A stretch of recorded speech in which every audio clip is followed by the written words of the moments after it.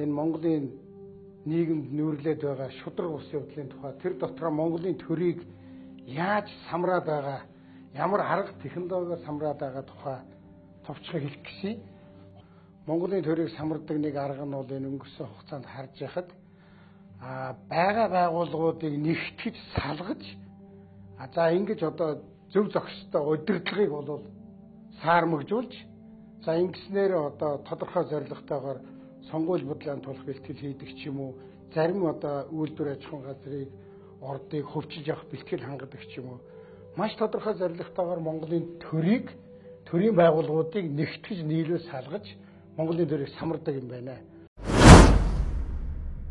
Улсын бүртгэлийн ерөнхий газар гэж байдаг. Улсын бүртгэлийн ерөнхий газар. Энэ бол Монгол улсын иргэний зам өнөөдөр эд хөрөнгийн бүртгэлийг хийдэг газар. Энэ одоо хэвийн үйл ажиллагаа явуулж байтал энэ чинь ингээл статистик гэдэг. Энэ нь улсын хурлын мэдэлд байдаг байгууллага, энэ засгийн газрын мэдэлд байдаг байгууллага. Тэгэл ерөөсөө 16 оны сонгуулийн өмнөхөн гинтхэн нэг өдөр улсын хурал дээр яриад улсын бүртгэл статистик хоёрыг нийлүүлэл нэг байгууллага болгочих.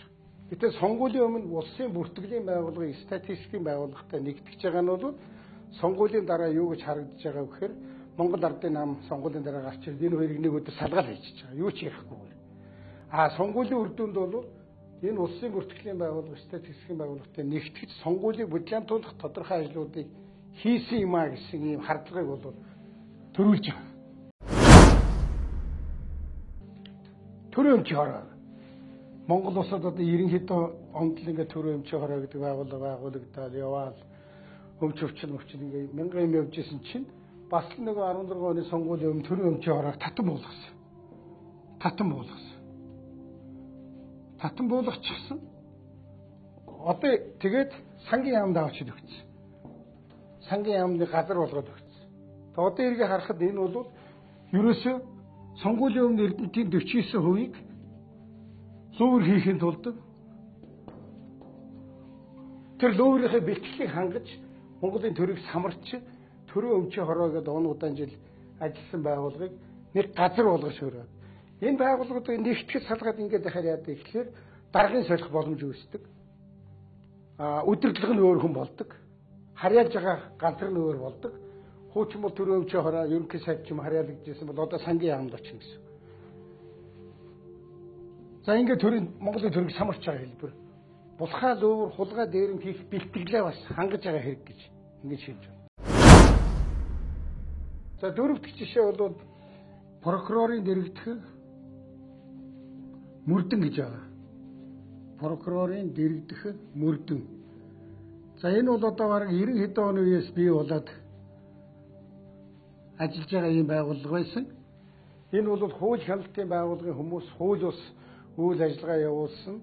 Мөн иргэдийг одоо хууль бусаар мөрдсөн, мөшгсөн за иргэдийн гаргасан гомдлын дагуу хууль хяналтын байгууллагын хүмүүсийг шалгадаг, хяндаг, мөрддөг ийм байгууллага байсан. Энийг аваачаад татан буулгацсан.